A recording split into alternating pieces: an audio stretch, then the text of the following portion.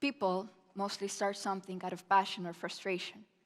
Extremely powerful emotions that pushes us over that limit that we set ourselves. There's a small space between failure and success, and one act is enough to tip the balance of the scale. Hello, my name is Andreea, and I'm here to talk to you how I let go of my fear and started walking on the path to success. Simply said, about my frustrated self and how one vexed state of mind changed my life as I know it. Before I start, I want to ask you all one question. I want you to visualize a word or a sentence that appears in your mind when I ask you this. What is success to you? Keep it until the end of the speech. Thank you. You see, when I was little, I was the weird neighborhood kid. And faced with rejection, little me closed herself off as a solution. Had a hard time making friends, speaking in public, speaking in general. But there was always one thing that I could do: sing. Long before I uttered my first words, my mother tells me that I was singing. Not actual words, of course, but sounds that string together formed what some might call a melody. It was always so much easier to sing what I feel rather than just speak about it. The state in which humans get when they connect on an emotional level with music has always been my escape, my Neverland, one that I would fly to whenever I wanted, wherever I wanted. My choice of going there was also based on the fact that I felt courageous there, not like in real life, where my childhood nickname was Gudurix, a movie character that was scared of his own shadow, just as I was. You see, as I grew up, as I got older, it wasn't just my shadow I was scared of.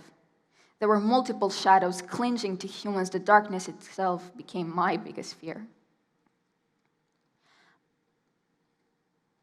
I had nothing to do. I was the golden child of my family, and academic achievement became my #1 priority. I succeeded in it, but at what cost? The pressure, the constant pressure I felt, the burnout, the isolation of not being able to speak and not being able to speak to anybody since I suddenly became the bullying victim of my class after I tried for the first time in my life to be a leader for something, class president. I felt completely alone. Music stopped for me right there. I was that kid who was the genius who never had to study, but as you know, people catch up to you, and people caught up to me. And I did not know how to learn. I didn't know how to keep the pace up. I was scared. In regards to that, I tried so hard, but I found no other way out. So I got back in touch with my roots, music. Music finally was playing again for me. Reading a lot of literature inspired me to write something myself, and I started writing stories, I started writing books, I started writing poetry. And from there, I started writing my own songs. Something that I found out was the reason I started singing in the first place. I knew for a fact, right then and there, that this was what I was going to be doing for my whole life. The moment in which people came to me after I sang, and they told me that I have touched their souls. It made me greedy. It made me want more. It made me want to heal through my music so that nobody feels alone. But then again, what is this connection we as humans have with music? Why is it so important for us?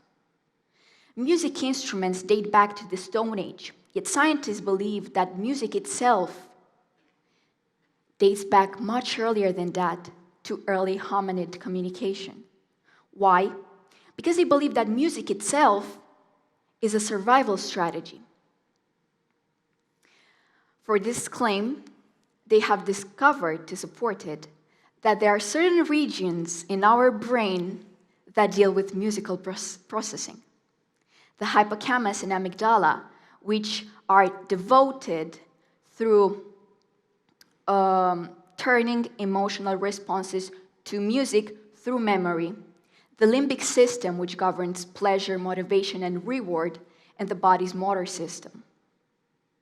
The joy we feel as humans when we listen to music is because of the release of neurochemicals such as oxytocin, endorphins, and dopamine. So, when people ask you, why are you listening to music? Why are you making music? Why is music so present in our life? It's because we are born to do so. We are born to hear music. It made me so frustrated when I realized all of this, because I knew I could lead. I knew I had ideas. I knew I had what it takes to be a leader. So what I was so scared of? This all changed in one night.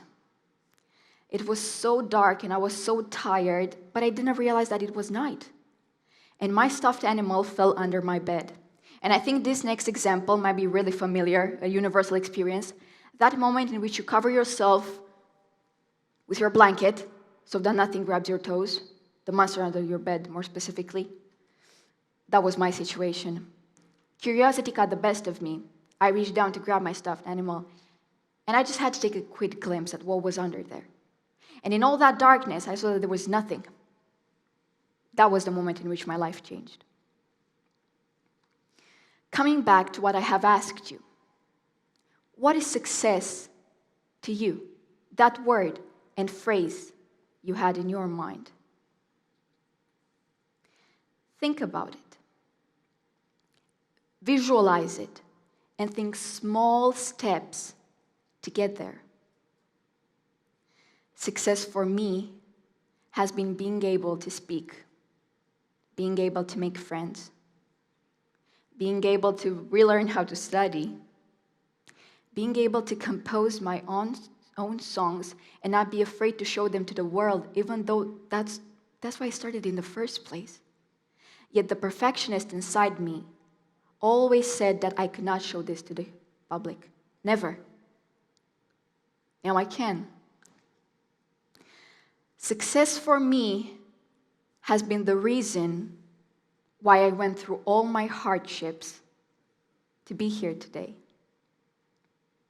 And I will reach my pinnacle of success the moment in which I have healed so many people through my music that if you were to write the number down on a piece of paper, I wouldn't be able to read it.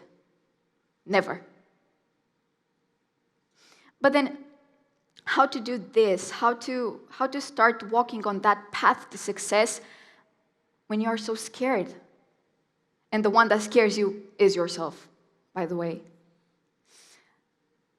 You have to think small steps. You're somewhere far, far back, and you want to reach the light at the end of the tunnel. You plan your first step. You take it. Your next step. You take it.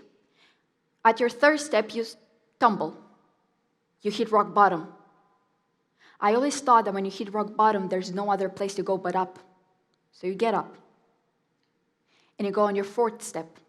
And so on, so forth, until you reach the end of your tunnel, your light, and you define yourself as successful by your own standards. Of course, we can argue that certain people in high positions, they are successful. We view them as successful. I want that kind of success. That just means you have to work harder for it. And those people are people who have become successful because they have passion for something or frustration, and they became a leader. But now, what do I mean by frustration? It means that you notice a problem, and you need to solve it. You can't sleep at night, you have to solve it. That frustration is most of the time what makes us be able to go through all those hardships, our perseverance, our grit. Thank you, Ted. You were wonderful. TEDx, this has been my speech.